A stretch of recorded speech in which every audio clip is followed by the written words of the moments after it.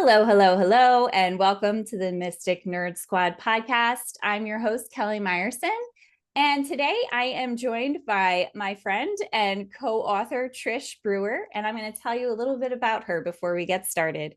Trish Brewer works with individuals committed to inner healing through trauma-informed processing of misbeliefs using energy work, including breathwork, Reiki, and intuitive guidance. By holding a nurturing and compassionate space, folks are empowered to break deep-seated patterns that allow for positive change, which ripples outward and impacts not only their healing, but those of their families and communities. Trish, welcome. I'm so happy to have you here. Yeah, I'm so excited to be here. Thanks for inviting me. It was such a great opportunity, the book that we co-authored together. What a wonderful opportunity for offering for moms all over. Agreed. So if you're wondering, I'll hold it up for those who are watching the video. The book is titled Hot Mess to Hot Mom, Transformational Tools for Thriving After Childbirth and Beyond. And I love to emphasize that and beyond, because definitely this book is a great book for moms who are just trying to figure it out, which Trish and I can both tell you we understand. Yes. But also for any age, especially some of the practices in here that really help you to be your best self all the time. And it sounds like that's like a lot of the work that you're doing with people. So just before we get into it, Trish, I want to just share the title of your chapter, How to Calm Your Nervous System in 60 Seconds, an Anytime Breath Tool for Overwhelm. So I know, being a mom, those moments where overwhelm happens and your nervous system is out of control, that's like it's kind of like a new thing that happens all the time because there's so many things to disrupt your homeostasis, let's say. So tell us a Yes. little bit about how you found breathwork or breathwork found you. Yes. Thank you for saying that second part because that's what I say a lot. I didn't find breath work. It found me, and it felt like a coming home when it found me. So I'll start a little bit before that. So in 2015, I found myself in the hospital, Mm. sick.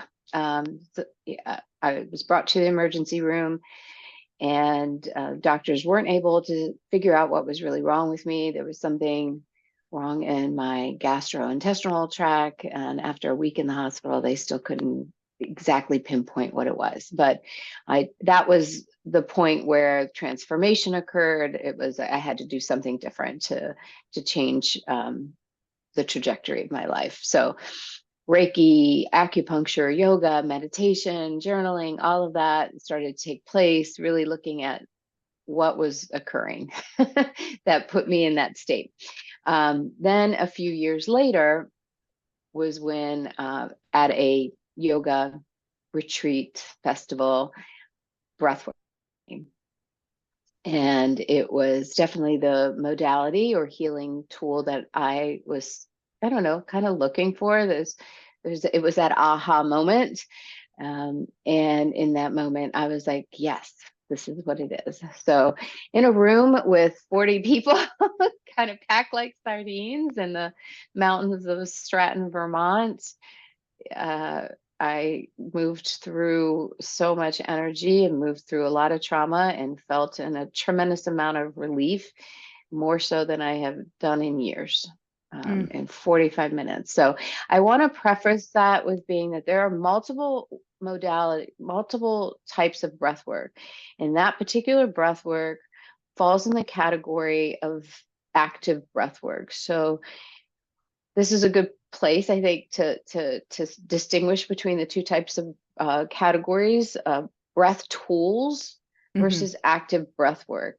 Mm-hmm. What I went through in Vermont was active breath work healing. I say that in quotation. But breathwork tools are specific techniques or exercises used to to regulate our nervous system, and they can be used in that moment of overwhelm, which is one of the Mm, tools I teach in the book, right? mm-hmm, And they are can be incorporated into your daily life to reduce stress, anxiety, and they are things like box breath, the 4-4 breath that I teach in there, the alternate nostril breathing, 4-7-8, even Wim Hof, breath of fire, those things that you learn in your yoga class. mm-hmm, Those are the tools and techniques. That's one mm-hmm, category. mm-hmm, What I experienced in Vermont was an active breathwork healing. It's a deeper, more holistic approach, a very spiritual practice. It's very activating, and it brings physical sensations to our body, really to shift awareness away from the thinking mind and into the body. It's effective, efficient, and it's very active, and it allows you to disconnect from the thinking mind and drop into a higher state of consciousness,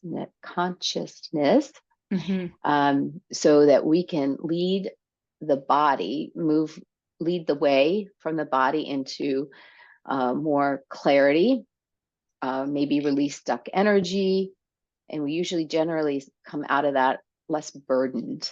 mm, We can mm-hmm, heal the body through the breath. And examples of that are really started with Rebirthing by Leonard Orr, Hollanthropic by Christina Groff and Stanislav Grof. What I learned was Breathwork by David Elliott, and he didn't trademark it or anything. So there's mm-hmm. a lot of them. Transformational breath, they all fall into that type of category. So I came out of that feeling like the weight of the world had been lifted off my shoulders, and I had visions. Just a lot of trauma came up, and I was like, oh yeah, whatever that was, I need more of that. So that started my path. from Mm-hmm. there from there I learned more about the breath tools, the science behind the breath. That was just the beginning. It opened, what I say, just cracked my heart wide open. Yeah. Yeah. And then became trauma informed. I had a lot of things that occurred after that. The trauma informed piece was very important to me because, as you can imagine, once your heart is cracked open, there's a lot that comes to the surface. Yeah. So Yeah, I think that is such an important distinction between the two types of breath work. I'm so glad you brought that up because that might not be something that people are aware of, that there is a distinction between the breath work tools that can be implemented at any point, and the healing breath work that really takes you into this other place. And I'm so glad you brought up the piece about the trauma. We hear a lot about being trauma informed, and if anybody listening has experienced stuck trauma being released, this is not something you want to do in your living room without support, or with people who don't know how to handle and move you through that trauma in a way that feels safe for your nervous system going forward. So I love that. So that leads me to the question of, how do people decide what kind of breath work they need, and how do we make that like distinction between my nervous system is getting disrupted, I feel overwhelmed during the day and I need something to kind of bring me back to center, to like my center is so askew that 60 seconds of breath work might just have me get to a safe place to stop what's happening and move on. But if I really feel like I'm needing so much more support? Yeah, that's a very good question. I don't usually, I should say, I preface this. Some people do show up at my circles not really knowing what to expect. So I'm Mm-hmm. very, very clear in that, because I do public circles. I very much explain in the very beginning what they're getting into. I try to make it very clear in the writing of the description, but I usually, especially with one-on-ones, I usually like to have a phone call, discovery call with people to determine, do you really know what you're getting into?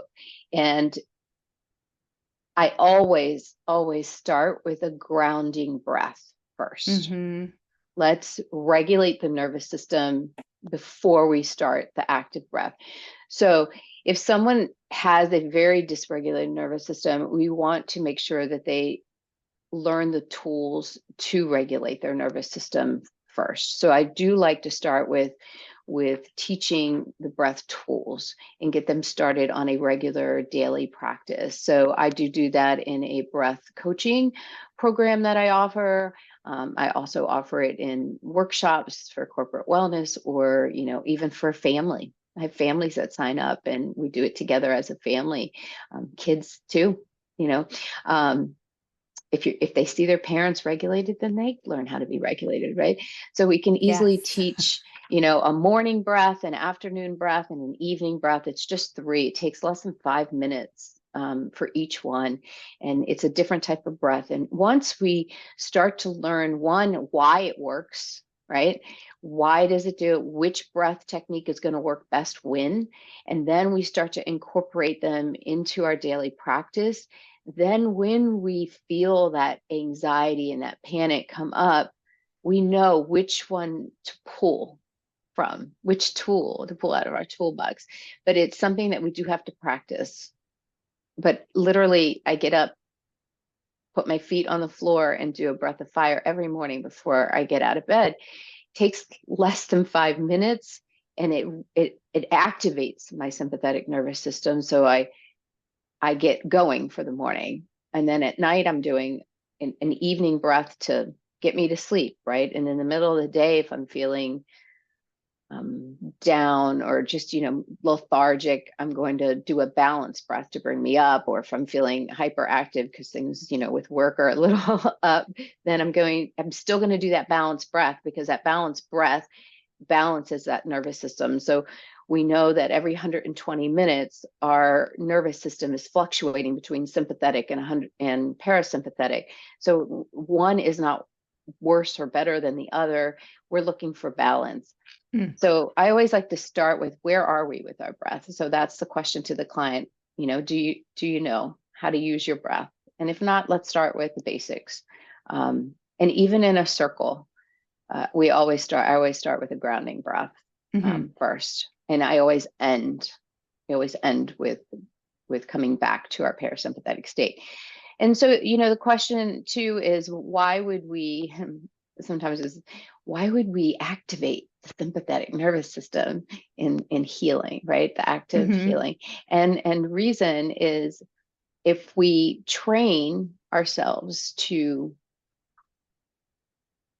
go there, we can go there in that safe space, like you mentioned, right? In that place where someone's there to facilitate and guide us, then we can train our body to understand that we can go into that sympathetic state and come out of it. Mm-hmm. But if no one's taught us how to do that, Mm-hmm. and we don't know how to bring ourselves back. Yeah. So here in doing that active breathwork healing with someone who is there to guide you, we can go, oh, it's okay to go there and come back. Mm.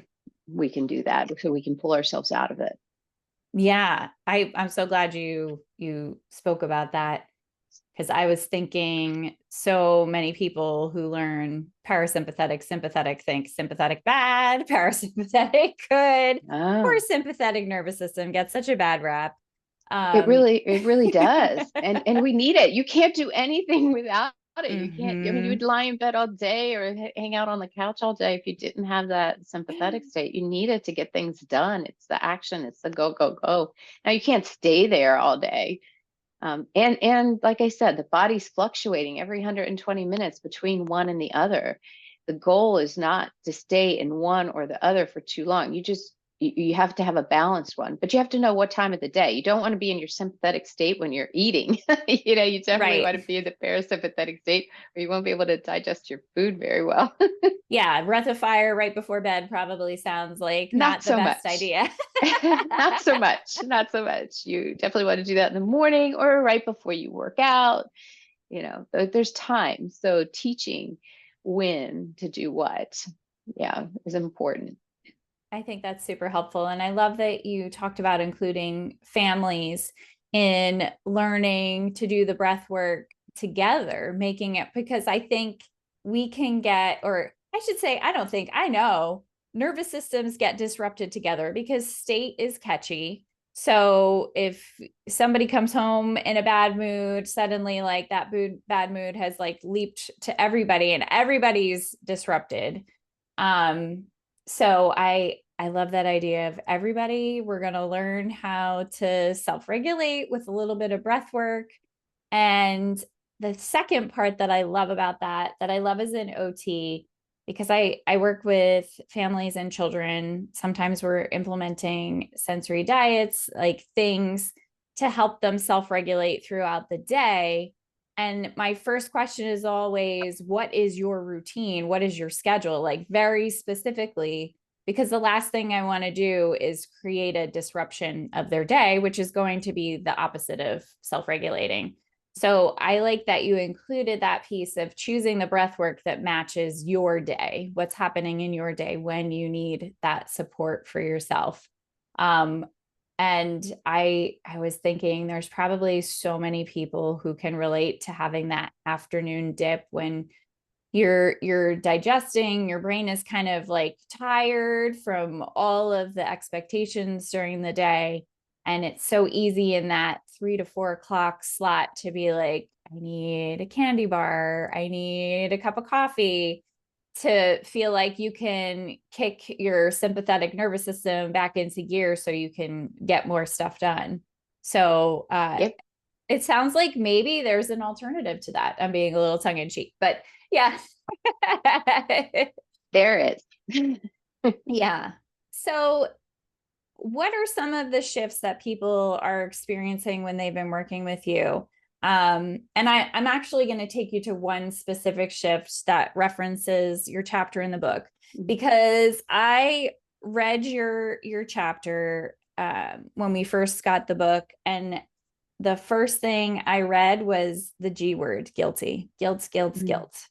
And Yeah. I related on such a huge level to that overwhelming, reflexive guilt, like you've done something wrong and you've not even done anything yet.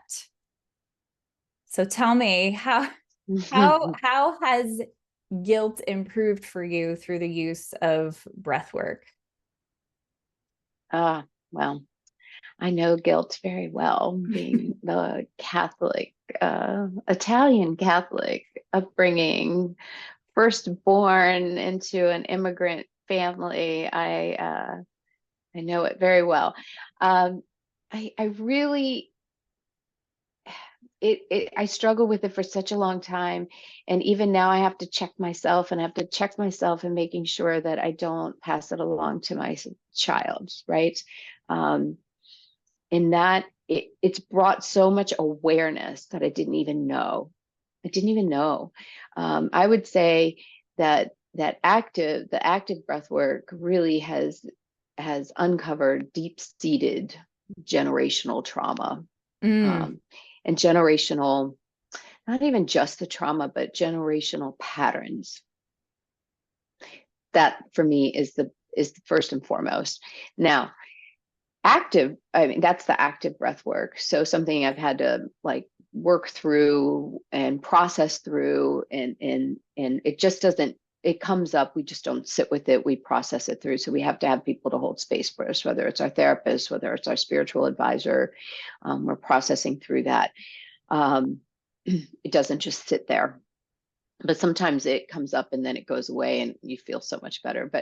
But what I've realized is that I've always needed somebody to help process through that. And for me, writing, poetry, journaling has always been the thing that helps me do a lot of processing. And it's the first thing my therapist asked me is, did you write about that?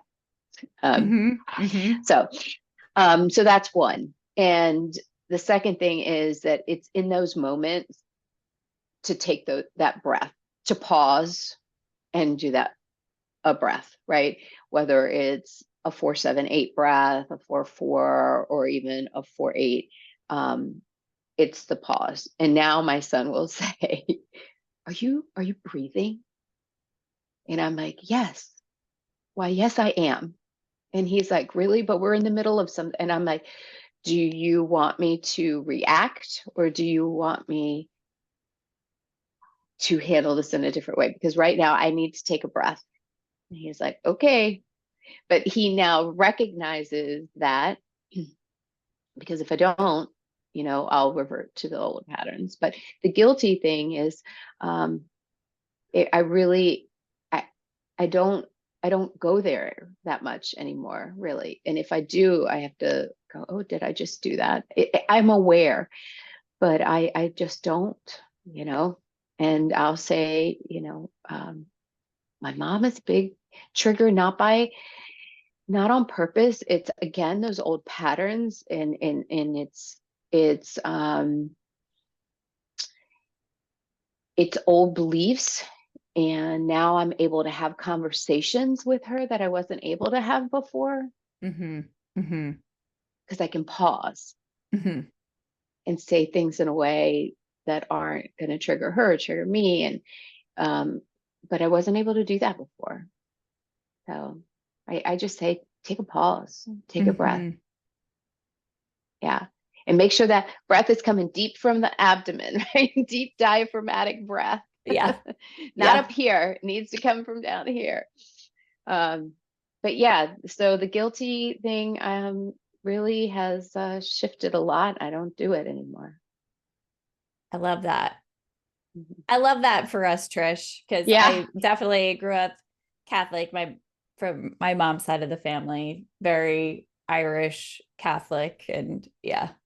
But it's so funny because I felt like a little, and I'm not diminishing people's choice in religion, just my own personal experience. I can remember being a little girl in the 80s in church and being told like, no, you can't do that. You can't be an altar server because, oh, then it was altar boy, because you're a girl. And I was like, that doesn't make any sense.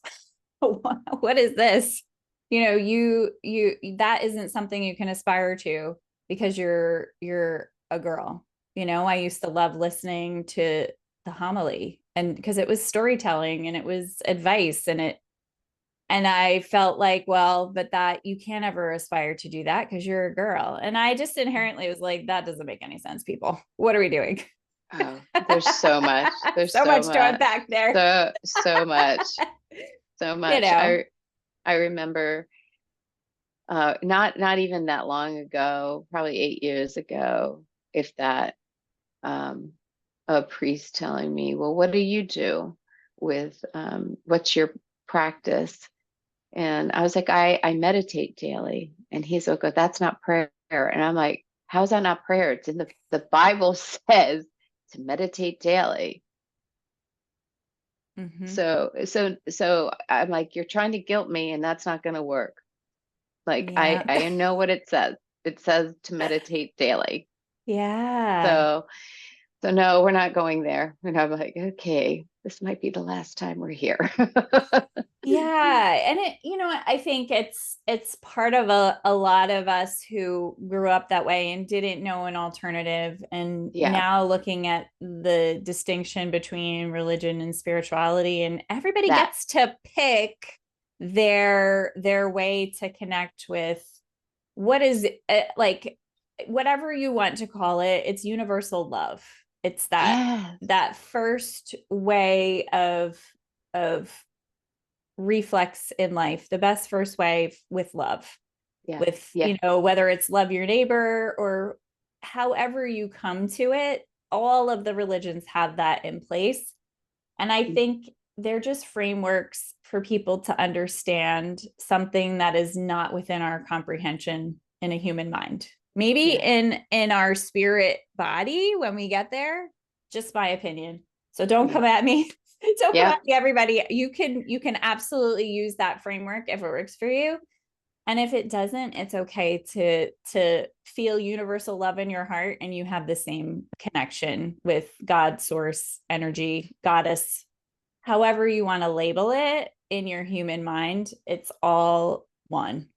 yeah. Anyway, I that's my I little agree. soapbox spiel. I agree 100%. Spirituality does not equate to religion. Yeah. Yeah. No, I'm with Yeah. you. I'm with you. So yeah, I think the guilt factor is one. What I've seen a tremendous amount in breakthroughs is creative breakthroughs. So my creative. Everyone's creative. When we, in active breath work, when we empty out all the things that we're holding, I look at it like decluttering, right? When we declutter our closets, when we declutter the things that are like in our body and that we're holding on to, all of that, those misbeliefs, those patterns, anything that's holding us back, when we release them, then we make space for the abundance. We make space for the creativity. We make space for love. We make space for good health. We make space for the connection to ourselves, to source. We feel lighter, we feel happier, the calm, the peace. So I do see a lot of the creative blocks just kind of step away, because we've opened ourselves up, right? There's a lot of space there. And look, space is scary. So we have to remember that opening, it's okay to sit with that for a bit and just listen to what is ready to come in. So that I've seen a lot of that. Most people with active breath work feel just lighter, peaceful, more lighter. With the breath tools and techniques, I've literally seen people's CO2 tolerance doubled after 4 weeks of breath coaching. So I give people rudimentary kind of tools that they can measure, take measurements. There's 3 when I work them through a program. And really what we're doing is in that program is manipulating our CO2, because CO2 also, like the sympathetic system, it has a very bad rap. And CO2 is very important. When athletes train, they're training their CO2 tolerance, right? Not their oxygen. We get plenty of oxygen. But we're working to manipulate our CO2 tolerance, which acts as a vasodilator and a bronchial dilator. But literally, I've seen the CO2 tolerance doubled after 4 weeks of breath coaching, which is phenomenal. That's amazing. Well, first of all, like like leaning in the science, the data head in me is like, tell me more about CO2 tolerance and numbers, because that to me speaks volumes for the effectiveness, because we can measure it, because we can qualitatively talk about, look at this, look at how much better I'm feeling. I like the example of sitting with your son, and something that might have triggered you in the past, or you might have had a reaction to, you're breathing through and working through in the moment. But going beyond that to have a quantitative measure of effectiveness, I never even thought to make that causal link between athletic training and us as just typical humans. thinking about just recently watching people in the Olympics and the incredible feats of strength and stamina that just blow your mind. That's really cool, Trish. I'm very excited about that. Yeah. Well, if you think about it, what we're doing with the hold is like, if you did a 4-7-8 breath on that hold, that's what you're doing. You are increasing your CO2 tolerance. You're starting to build, because you build it on the hold. You're holding it back. You're holding, even on the box breath, you're holding that CO2. So when we're able to do that, we build up that CO2 tolerance. It helps with bronchial dilation and vasodilation. And when you open up the vasodilators, then you're able to bring more oxygen. Oxygen will flow better through the blood systems. When you open up your bronchial dilators, then you're able to breathe better. So even asthmatics will learning breath techniques will help asthmatics manage their asthma, because CO2 tolerance acts as a bronchial dilator. And what do we do with what are inhalers? Bronchial dilators. Right. Wow. Oh, this is so cool.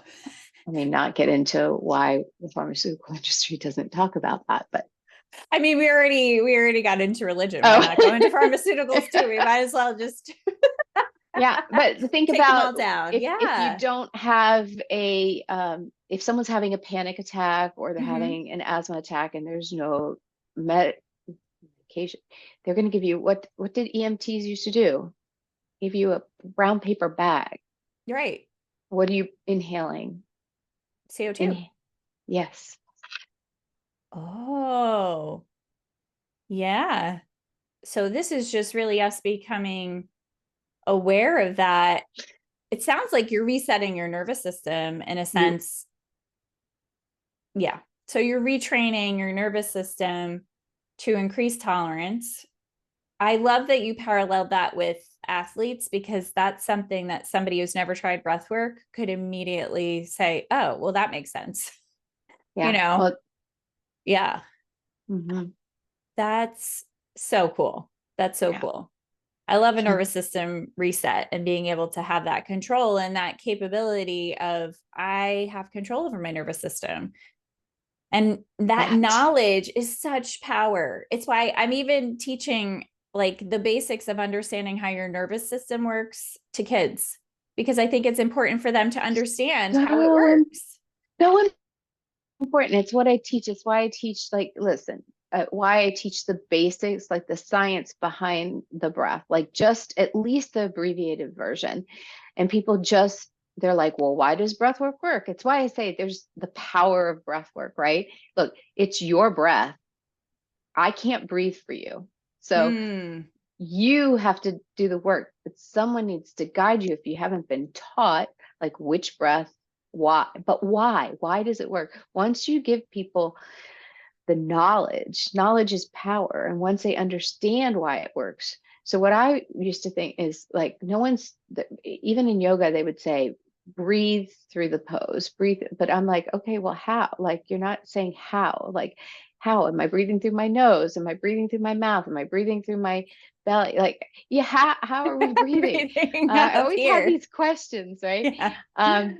But so teaching, like, why does it work and how to do it is incredibly powerful, because once you have that knowledge, you can't take it away and people understand. So I think the science, so can I dive into that? So Please. there's the reason that deep diaphragmatic breathing, not necessarily the active breath work, we won't go into that, but like the deep diaphragmatic breathing, the why, this is a very abbreviated version. We're just going to make it simple. They're basically basic two branches of the autonomic nervous system, right? The sympathetic, which is that fight and flight, and then the parasympathetic, which is that rest and digest. And I said it before, we're looking for a balanced nervous system is our goal. So the autonomic nervous system controls the heart rate, the digestion, the respiratory rate, pupillary response, urination, even our sexual arousal. And when the nervous system is in a parasympathetic state, our rest and digest, the the body's response increases blood flow to the stomach, the GI tract. It stimulates urination and salivary glands. It decreases the heart rate. Pupils normalize for shorter range vision, and there's more sexual arousal. When our nervous system is in a sympathetic state, fight or flight, then our digestion and elimination stop. Our blood goes to our muscles and our lungs as much as 12 times more. Adrenaline goes up, heart rate increases, pupils dilate so that you can see further away, because you got to get away, right? It's fight and Mm-hmm. flight, you got to get away. And this is also when we reach the sexual orgasm, Mm. right?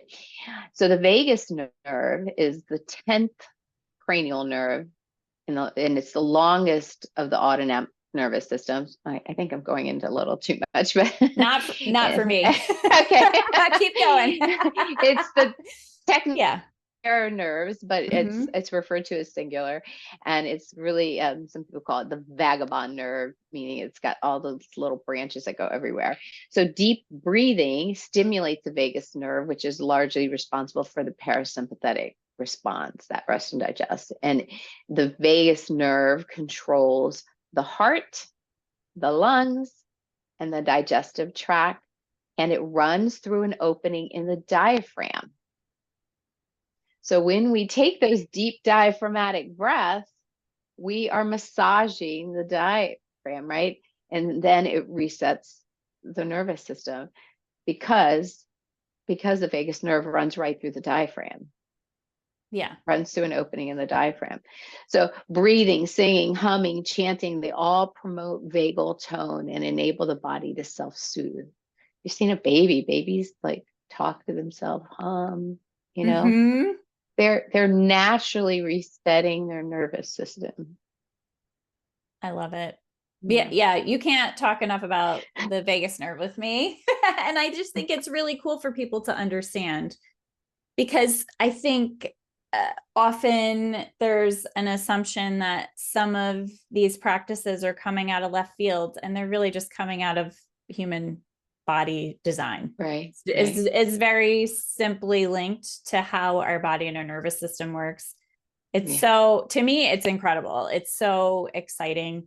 And we won't even go like the extra leap into polyvagal theory. Oh yeah. But no. I feel like you really explained that so beautifully about how large that nerve is, how many places it goes, and just that basic understanding of when you're taking those deep breaths, whatever type of breath you're doing, what it's essentially doing is calming your nervous system down so that you can get out of a heightened state. So I love that so much. I want to just switch gears a little bit. Because you've definitely interested people at this point in terms of what things you're doing and how they can connect with you, and even work with you on some of these tools. Yeah. So I have, you can work with me one-on-one, in person or virtually. I do corporate wellness programs as well. And I hold monthly circles in person in Maryland, in 2 locations, in Annapolis and Lothian. I have Reiki trainings coming up, and I'm doing a workshop on September 21st coming up in Annapolis. I'll be coaching on breath work tools and the science. Cool. In Annapolis, in person. So I don't often do that workshop. Usually I find I do it more in the corporate field, but I'm doing it in person in Annapolis at Annapolis Pilates studio. And yeah, it's on breath coaching. So we get to learn tools and techniques for daily living and the science behind the breath. Yeah. I mean, I wish I lived in your neighborhood, because I'd be hopping over there. That sounds amazing. So we'll link in the show notes, all of these events, for the and I have a listeners. retreat too coming up. So I've got a day retreat in Annapolis on the 28th, and then I've got a weekend retreat in the spring. So those are all on my website. Awesome. So we'll link that page so people can go check it out. And connect with you. This has been such a pleasure. I mean, one, from talking about like our deep-seated experiences in church, to just really having such a great way of explaining and understanding how the nervous system works. And again, I'm going to recommend, if you haven't already picked up a copy of Hot Mess to Hot Mom, it's available on Amazon. Shout out to Tara De Leon, who is our lead author on this project. And she's done such a tremendous amount of amazing work to get this book out there to the moms that need to read it. So we'll have the hookup for Amazon if you're looking to purchase this book as well. So Trish, thank you so much for being here. I'm so excited to see where your journey goes next. And it's been such a pleasure getting to talk to you today about breathwork. Oh, it's a pleasure. Absolutely. Thanks for having me. Thank you. All right, everyone. Have a great day. And thanks for joining us. Bye now.